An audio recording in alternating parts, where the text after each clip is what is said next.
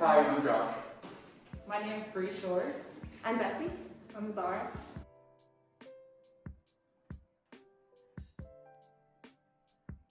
Kind of alchemical, earthly. I can have two words for it. Oh, I'd say fun, experimental, maybe a little playful. Try to go for some elegance. Pinchy, for sure. Drippy and or painting. Delicate, narrative,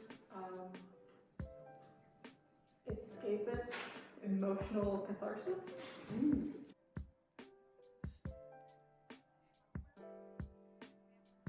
I actually had a friend go through the program a few years, not on the ceramic side, but through the printmaking book art side, and had a really good experience. And I wanted a sustainable way to keep a practice up, fresh out of school, especially considering I graduated into a pandemic. So the residency seemed like a logical next step. And Rochester's pretty close to my home city, so. I feel like being in Montana, I knew people who had gone to Flower City, and I feel like it's just something I've always known of.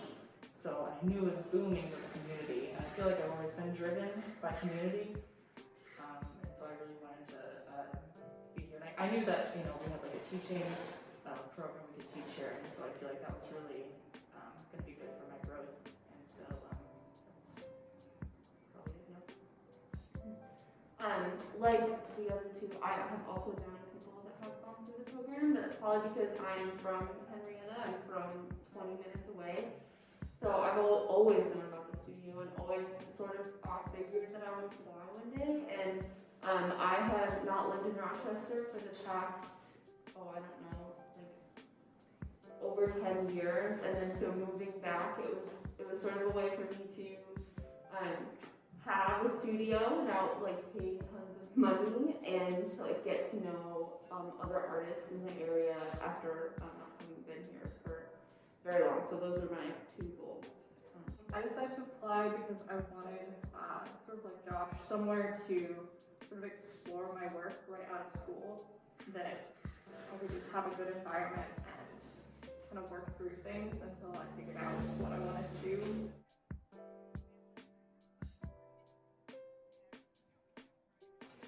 Probably just to make time for myself.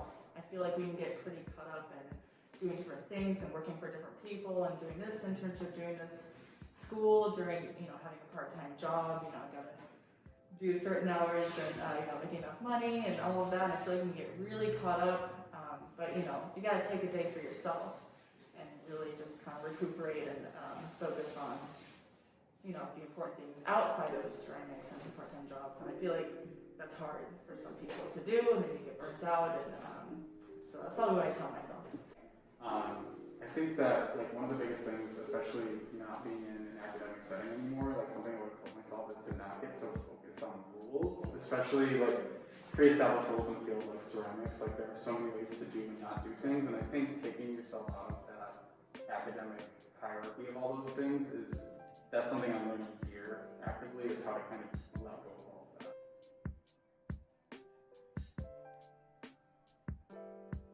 I took a string person class, which was really fun. It's something that I've done a little bit before, but I wanted to do it again and just like reacclimate myself to it, since it's something I've really enjoyed previously.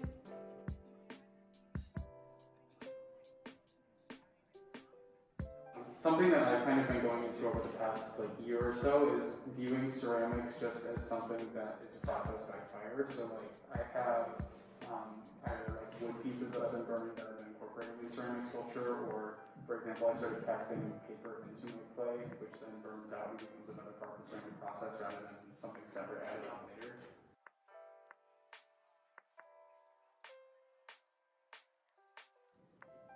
I guess for me, I am hoping to get in the swing of having my own sort of routine outside of school. I feel like grad school for me was like a lot, and I took, I'd say, like 6 months almost off of making work. And I think, yeah, just getting back into the swing of things and making work regularly again is a huge goal.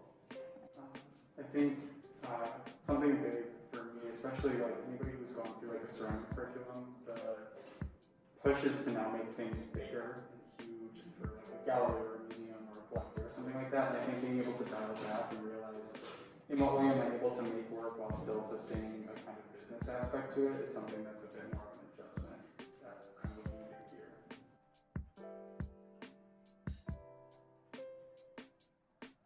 Like a teal, like a dark teal, like an ocean color. I think I'd go for that sort of dark blue purple color that you see at like Twilight. It's kind of in between shades. I don't know what that would be. I feel like my color would be a tickle me pink or something. Oh my god. Probably like a rusty orange. Yeah, I want something really crusty and like corroded.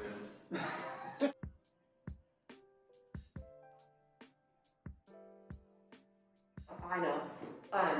When I first started out in ceramics, I was in undergrad, and everyone threw on the wheel. Sure, there were sculpture classes, but where I went to school, it was pots, and more pots, which I loved. Like I loved at the time, and I just could not fathom. Looking back at some of it, I could not fathom working clay and not throwing pots. Like it was just absolutely not. And I handled sculptures now, so I would like to just whisper in little Betsy's ear, like maybe take a hand building class. You know, like broaden your horizons. I guess is what I'm trying to say. That's only something I can relate to too. Is Well, like, we went to the same school. did we? I didn't know that. Yes, you did. I forgot that.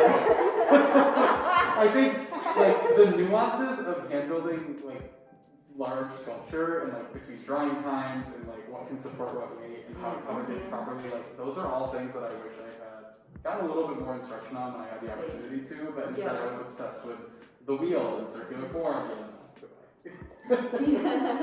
Yeah. I can definitely relate. I feel like when I first started ceramics, it was all about like perfecting this kind of handle, perfecting this cup over and over again. I feel like I wish I would have made, more just bigger forms or just more, pictures or whatever. I feel like I got caught up in the, make this craft perfect. the scale. yeah. Like mugs. Yeah, mug scale. Yeah. So.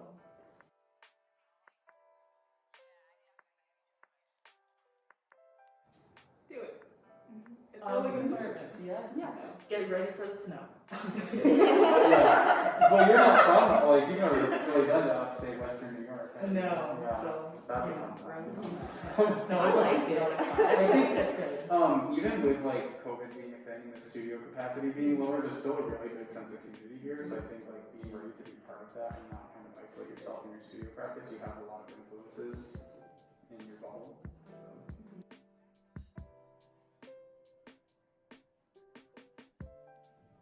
It's been really good for me. Just being around other people who are constantly making is really nice because it's easy to like shut yourself off in your tiny little bubble and get stuck, which to some extent happens, but it's always nice to like be jogged out of it when someone's like, hey, how are you doing? What are you working on? Like, talk to me about things. I like working in the basement. No, because you get that, that's both worlds, and you get to have a basement with, I work with these fine people in the basement, and Kyle, and you get to have feedback from them, and you kind of get time to yourself when they're not around. But it's nice to also come up here and see the renters and have your class and seeing people up here, and that's really nice. Just seeing people that have such a level of production in their work and they're able to spit out a ton of stuff at the same time is like something I've always been a little bit of a perfectionist with my work, so it takes me a little bit longer to make things. So kind of getting a little bit of that energy, like Zara said. So.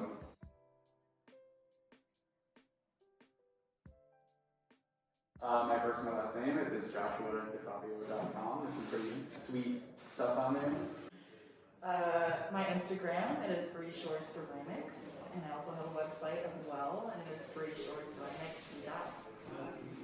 So I have a website, it's betsy-foster.com.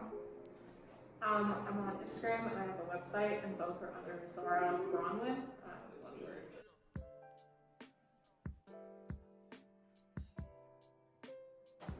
I mean, this isn't relevant at all. I've never been to NCECA. I was supposed to go last year, and then it got canceled due to COVID, and I was really excited, and I'm really sad. And so this is my first official entrance. I just say apply. I mean, I feel like it's just me personally. I feel like I've just grown in the months that I haven't even been here that long, and it's COVID. So I mean, it's just like imagine, I'm excited to finish out the year and see where this residency can take me next. I would agree. Same as Bree, just apply. I don't think it'll be a bad experience at all. Goodbye. Did we all